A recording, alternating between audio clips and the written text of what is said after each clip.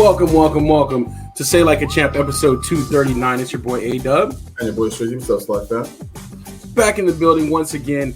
And in all transparency, we got to let you guys know right off the rip, this is going to be a pre-recorded episode of SLAC. And so while we're not going to be there live with y'all, we encourage everyone to keep the comments coming. We will look back on them. And we have a lot of things to discuss today. But I want to give a special shout out to Moms. It's her birthday today. So we're going to be away doing some things this evening. So we're going to just do this little pre-recorded version of SLAC so that we can still, keep our episodes going, but also have some time together tonight. So that's what it is. But Strizzy, how are you feeling today? Yeah, I'm feeling good, man. Should be, light work day. You know what I mean? If we're getting, SLAC out the way early, like you had mentioned, so I might hit the little golf range or something maybe later on after my next meeting. So we'll see. That's what's up. Yeah, exactly. A little break for us as well is not bad at all. So that's what it is. For sure.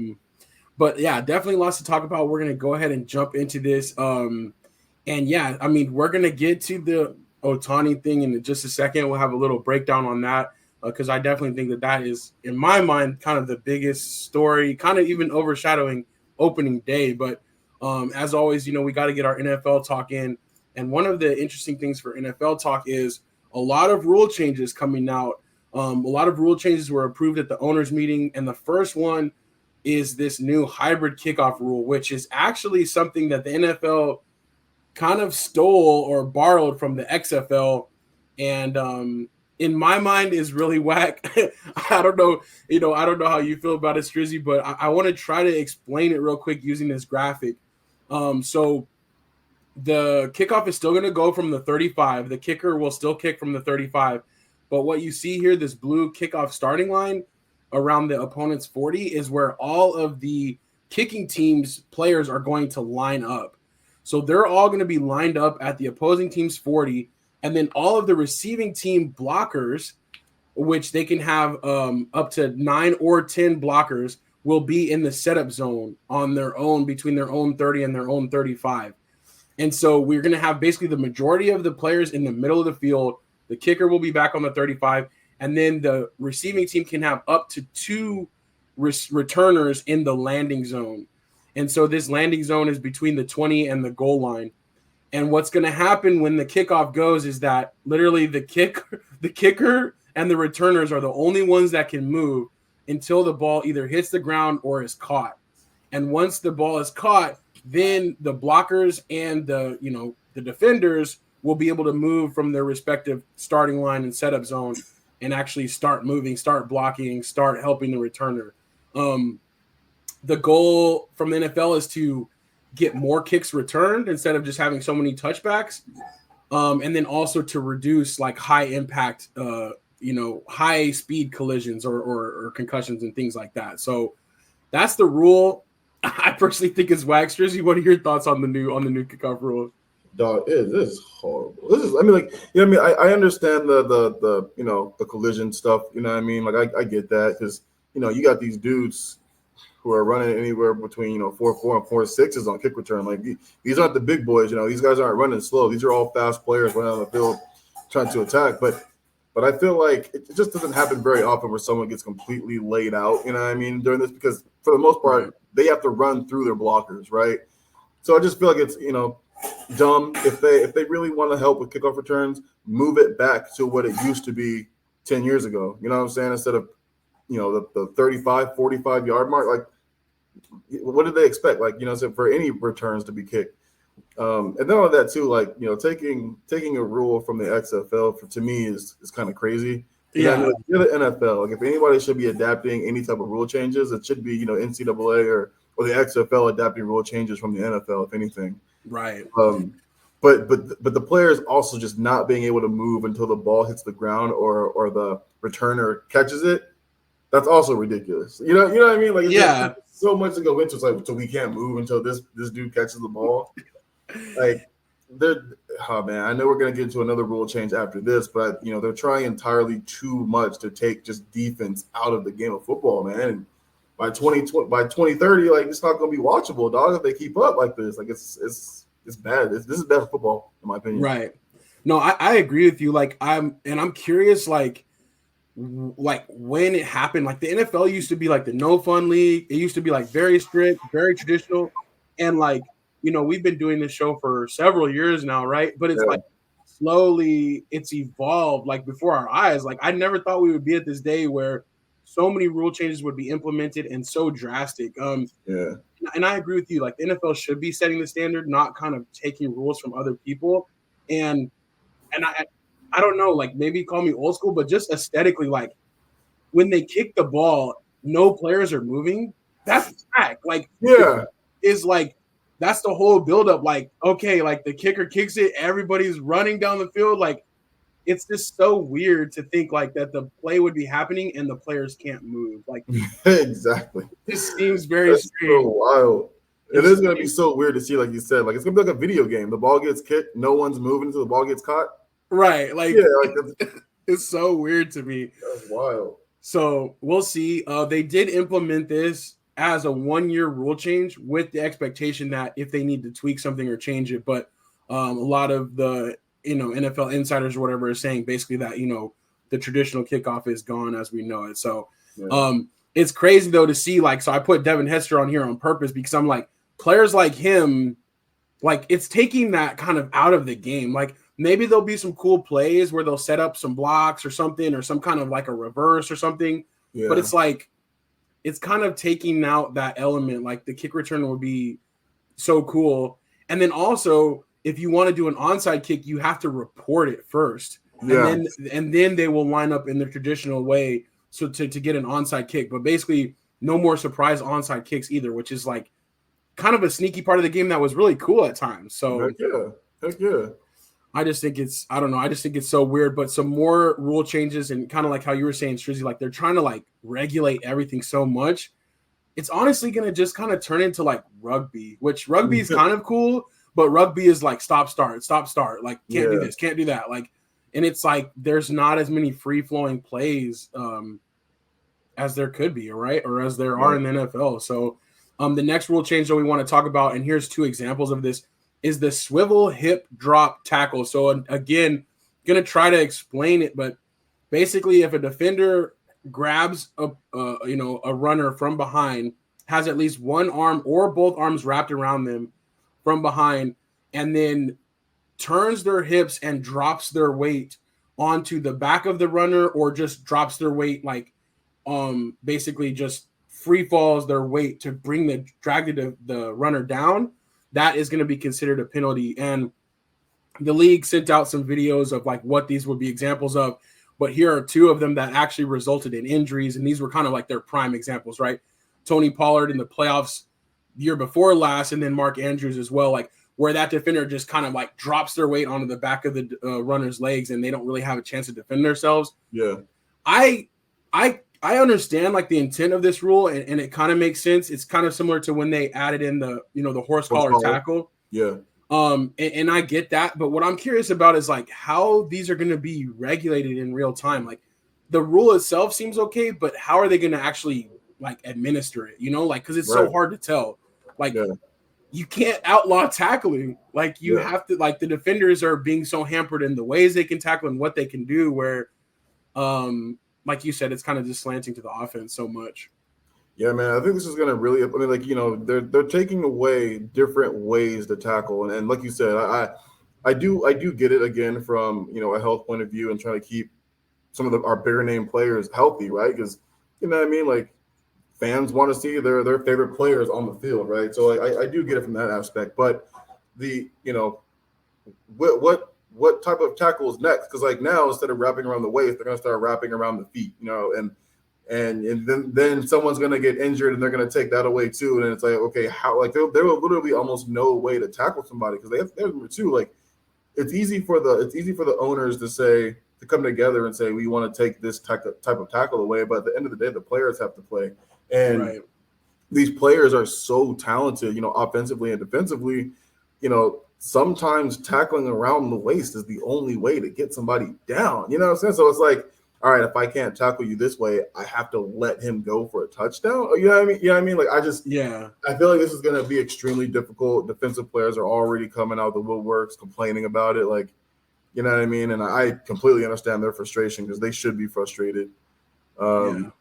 I don't know, man. Like this is kind of wild to me. Like I guess we're gonna see a ton of these penalties last year, kind of like the way we saw the roughing the passer penalties when they changed that rule too. Like they emphasized it or whatever. Yeah. Yeah, like there's just gonna be a super high abundance of this penalty until they can kind of break old habits and figure out how to maybe if you grab the hips and twist, make sure their butts fall on you instead of you falling on them. Like whatever the case may be, like they're gonna have to. It's gonna be tricky, man. It's gonna be really frustrating, especially when the penalty is happening to your team. You know what I mean? It's just a regular tackle. You know what I'm saying? So right. I don't know like what they expect them to do. The same thing like with that before. It's like it's physics, like gravity. Like they're big, they're fast, they're strong, they weigh a lot. Like they're crashing into each other. Yeah. You can't control everything that happens. Like especially as a defender, like sometimes things are gonna happen.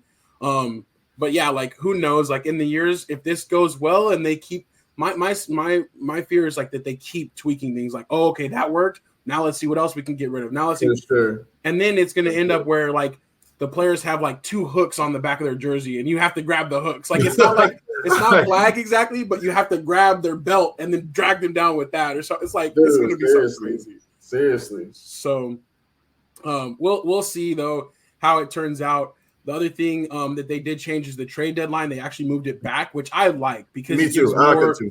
Yeah, that's one I like because it gives teams more chance. Like instead of after week 7 or 8, it's going to be after week 9 now. Yeah. So you're a little bit deeper into the season, and that makes sense since they extended the season as well. Right. And then very true. Also, there's going to be penalties that can be reviewed now. So up until now, like scoring plays, like out of bounds, catch, not catch, those were the things that were reviewable. They're now making some penalties reviewable, including intentional grounding, roughing the passer, and hits out of bounds. So they can see like, okay, if a player stepped out of bounds first before they got hit and things like that, which again, a lot of those situations are kind of bang, bang, like very close, very hard to call on the field. I get that. But when we start like reviewing whether it's a penalty or not, that's kind of scary to me because there is still some of this is still subjective to what the referee thought he saw. Yeah. So like at some point, if we start reviewing penalties now, it's like, what do you even need refs for? Just have cameras out there and then have somebody in the booth telling us what to do. Like, so it'll be interesting to see when they use those or when they overturn those penalties, because that could be a big impact on the game. Oh, for sure. Honest, if I'm completely honest, I think cameras would be better anyway. Just everything's reviewed, in a booth upstairs. You know what I'm saying? Right.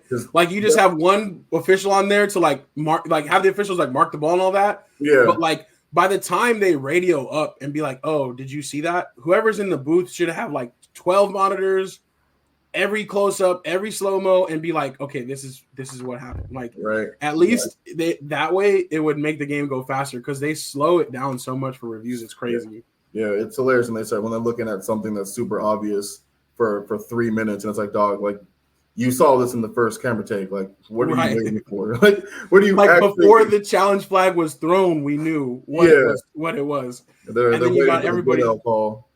Exactly, they're waiting for New York to tell them what to do. For real. So we'll see, but there's been a flurry of rule changes, and we'll see how those impact things.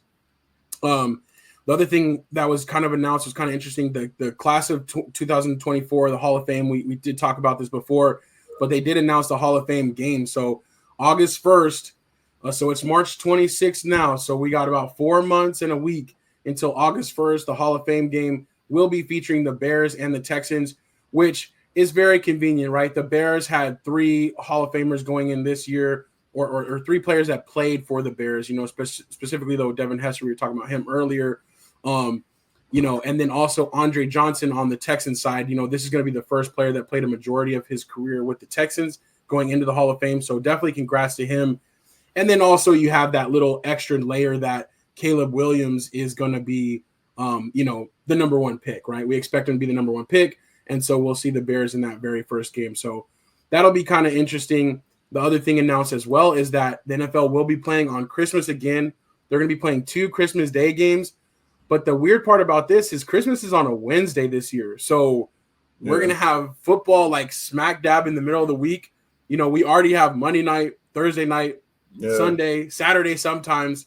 Now it's going to be on a Wednesday, but the NFL saw the success of the Christmas Day games the past couple of years because it was on a Monday and then a Sunday, prior to that. So they're going to keep it moving and trying to kind of crash it on the NBA's territory because Christmas Day used to be the NBA day. For sure. But now it's kind of becoming an NFL day.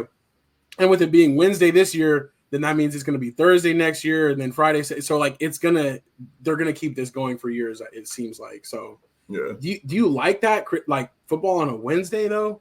Football on a Wednesday is kind of weird, but like it works because I love football. You know what I mean? So like, can I watch some football? There's always there's always a Christmas game that's like it sounded good at the beginning of the season for basketball. Yeah, but by the time it gets there, though, it's not always what we hope for. Like a major player's injured or something like that. So it's True.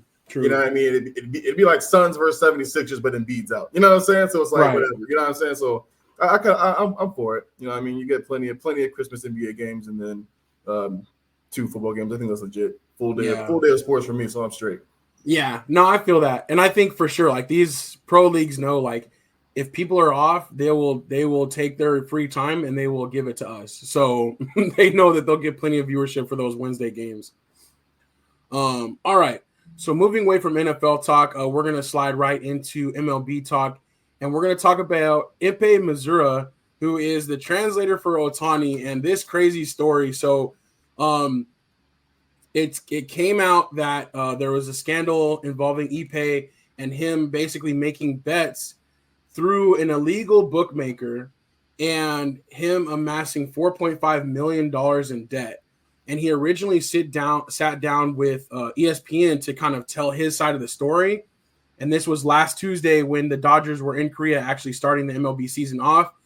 And he told the story as, that he never bet on baseball, but he had bet on some other sports. He did not do well. And that Ohtani basically came in and paid off his debt for him by making payments to the bookmaker. Yeah. The next day, right? So he stepped away. The next day, they reversed course, and Ohtani's representatives basically came out and said that Ohtani was the victim of a massive theft, that he never knew about Ipe's gambling issues or never made any payments like on his own behalf or Ipe's behalf, and that basically the $4.5 million that had gone from his account to the bookmakers over time was actually stolen by Ipe, and he had misled Ohtani. Last night or yesterday, finally, after the Dodgers are back stateside now, we finally got comments directly from Ohtani through his new translator. I'm assuming this is his new translator, and this guy took notes and seemed to be very, very thorough. But they spoke for about 12 minutes, and he started off by basically just reiterating like that he never bet on baseball, he never bet on any sport, and he never was aware of Ipe's betting issues or his gambling debt, and that he never authorized any payments or like gave him any money to pay off his debts. He's basically saying that he was misled, and that when they were speaking to Ipe about the investigation, Ipe never actually translated that information to Shohei. Right. So he never actually told him what was going on, why they were being investigated, or what the full nature of the scandal was. It wasn't until after, I guess, Ipe Mazura made his announcement to the Dodgers and stepped away or basically got fired that Tuesday night, that Ohtani had some people on his side, representatives, were able to explain the full story. So just Strizzy, what are your thoughts on this like scandal, and what was going through your mind when you were kind of hearing this? The whole thing in Central was kind of crazy. Like even from jump, like when it first came out, it just didn't sound like Ohtani. You know what I mean? It didn't sound like something that he'd actually really be involved with. You know what I mean? And I heard a lot of things too, that they were his old Ipe. He was talking to him in English. You know what I mean? And even when he was talking to him in English, Ohtani said that I basically didn't fully understand him, but I knew something wasn't right. And I think that's when he like reached out to others and like the Dodgers to be like, hey, something's not right. You know what I mean? And then that's when everything kind of started to blow up, and he was like, what the heck? So I believe him. I mean, I completely believe that he had nothing to do with this. I think he had nothing going on, and it sucks too, because that he was more than his interpreter. He became one of his best friends. Right. So like, have one of your best friends, someone, your brother that, $4.5 million from you, which is, that's a ton of money. That's a lot I of mean, money. even but for him, like, yeah, I mean, even though he signed for 700,000 or 700 million, I mean, like, you would still think you'd see that missing. Like, yeah, that's a lot of money. For real, man. That's a lot of money. So I feel for him. I'm glad he's moving forward. And I saw like the IRS and everybody else is like they're about to come down pretty hard on this, on this dude. So what I mean, sucks, but that's what happens. Yeah, I'm confused as well. I mean, the first story that the translator told, that Ipe Missouri told, like basically that, like, hey, he had gotten to this debt. He went to Ohtani and was like, hey, can you help me out? Like, that seems plausible to me as well, that Right. Ohtani would just be like, hey, like, you're close to me. I'll give you this money, but you can never do this again. And maybe if that did happen, like, they didn't think through the ramifications of what that means for Ohtani, or what that could indicate for him, or how people are going to quickly connect the dots of like, why would Ohtani pay $4.5 million to a bookmaker if he never made bets or he's not a betting person? Like, so, I don't know if we'll ever know the true story or when Ohtani became aware, but it is the perfect setup, right? I mean, if you're his translator, you can choose what to tell him or not tell him. Or, as things are happening, you can spin it however you want to. So when they found out about the money being gone, and when the Dodgers representatives were coming to ask the translator, and they're really trying to ask Ohtani, he's saying, yeah, Ohtani knew. Ohtani gave me the money, when really he stole it, like exactly. That's it's so crazy. But like, I think that for Ohtani, that kind of scary of like the position he's in, right? Like, to be that face of baseball and to be so powerful, but to also be reliant on other people. For sure. Like, and especially like, yeah, like you were saying, like if it's somebody that you feel like you could trust and you've known a long time, like why would you question like what they're saying on your behalf or what they're describing to you? So very, very interesting. Like, we'll see what comes out of it, but I feel like baseball in general wants the public to take this story for its face value and just move on, because he is the face of baseball. He is the best baseball player, and they don't want to have this scandal hang over and overshadow the season, which it kind of is. Like, opening day is Thursday, but like this is really the big story. So we'll see, but it is crazy. Like, Missouri actually, he's Japanese, but he moved to the States at a younger age, and he actually had moved from California back to Japan to be an English translator for baseball players in Japan. And that's where he met him. Oh, my bad. I gotta drop really quick. No, you're good. You're good. Got an impromptu. No, you're good. You're good. I'll wrap this up though. You do your thing. But yeah, definitely we want to get everybody's opinion on that. Yeah, for sure. Appreciate you rocking with me real quick, and I'll take this thing home real quick. We don't have too much more to discuss. So, but. My bad, y'all. This was not expected. I didn't have this meeting till I think 1:00, but they just literally moved it right now. So, A-Dub, I know y'all take us out, man. I appreciate you as always, my brother. Love you. Absolutely, love you, Brett. All right, peace. All right, that's what it is. So you guys see how we do this thing live. So things happen, It's all good though. It's all good. So we're gonna keep rocking real quick though. But the Missouri story is just crazy to me, and I'm gonna get us a view that works better for this, but yeah, the story to me is just pretty crazy. I am very interested to see how this plays out. But one thing I do believe is that regardless of how the investigation goes down, I do not think Ohtani will be suspended. And yeah, I think it's gonna basically try to be swept under the rug as much as possible. But this will continue to be an issue the more and more sports betting gets involved in sports, and the more and more that sports betting becomes acceptable. In years past, it was so taboo. You couldn't even talk about gambling in regards to like on ESPN or on Fox Sports. You couldn't even, there was no teams in Vegas. Like the way things have changed over the past 10 years in regards to sports betting, these are the reasons why it was never involved with sports. These are the reasons why there was so much separation between the two, is because, sports betting is crazy. There's a lot of money involved. People get want to control what happens. People want to get an inside edge. And athletes want to get involved too. And so this is the scary part of it. And I think more and more things like this will happen. And, we have another story in the NBA that we'll talk real quick about, but we have Jonte Murray in the NBA on the left-hand side. This is one of the biggest stories here. He's being investigated for NBA betting irregularities.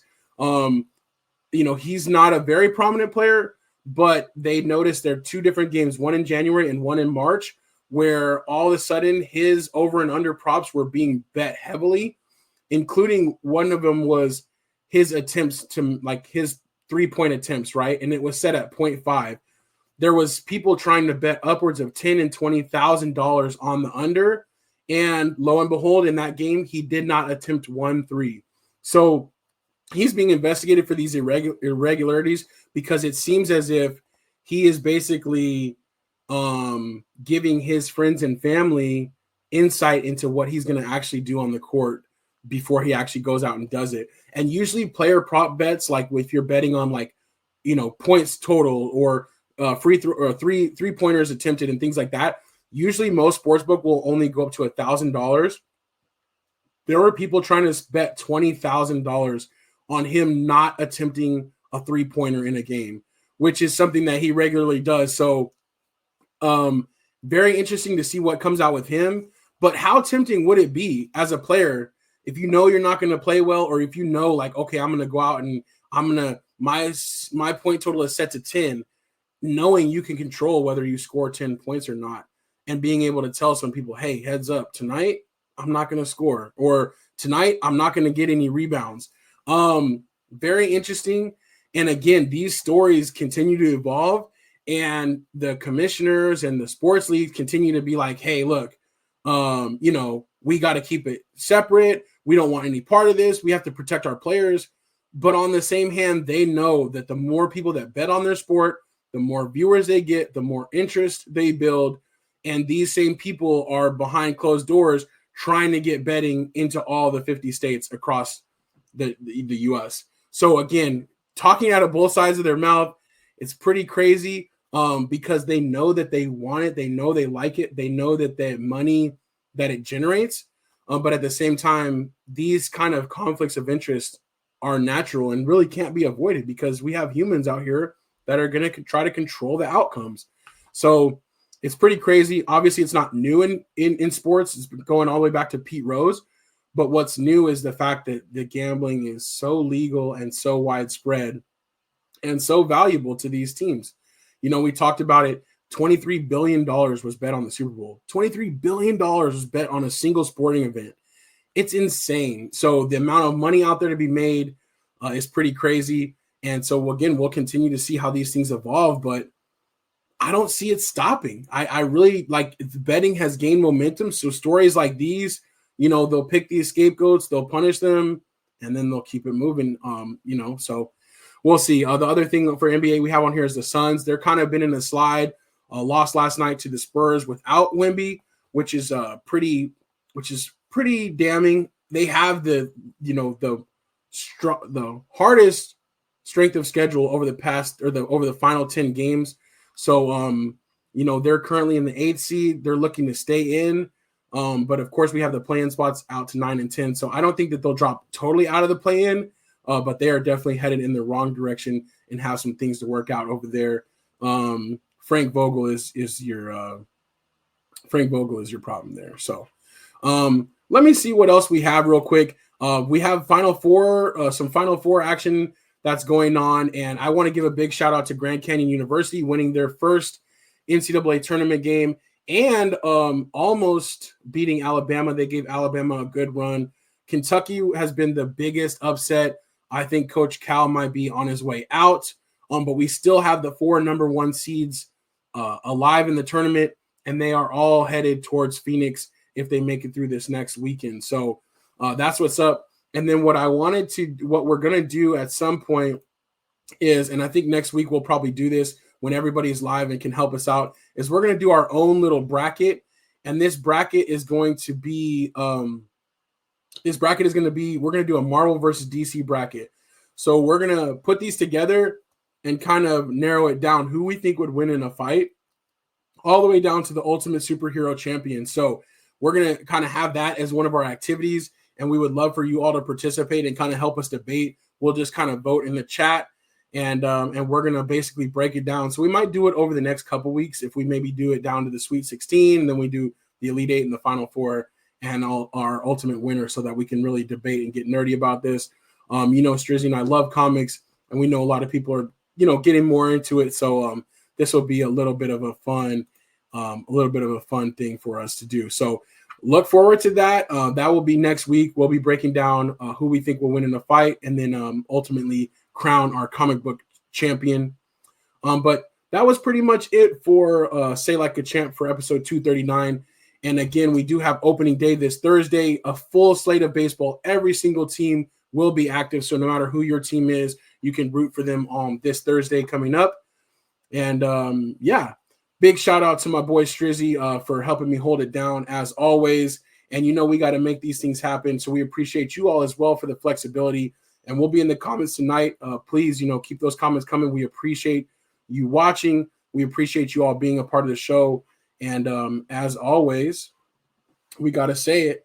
It's Taco Tuesday. It's your boy A-Dub. And on behalf of my brother Mad Marcus and on behalf of Strizzy Street, we are out. Thanks for listening to Say Like a Champ. Engage with us on Instagram. Share your thoughts, and you might just be featured on the show.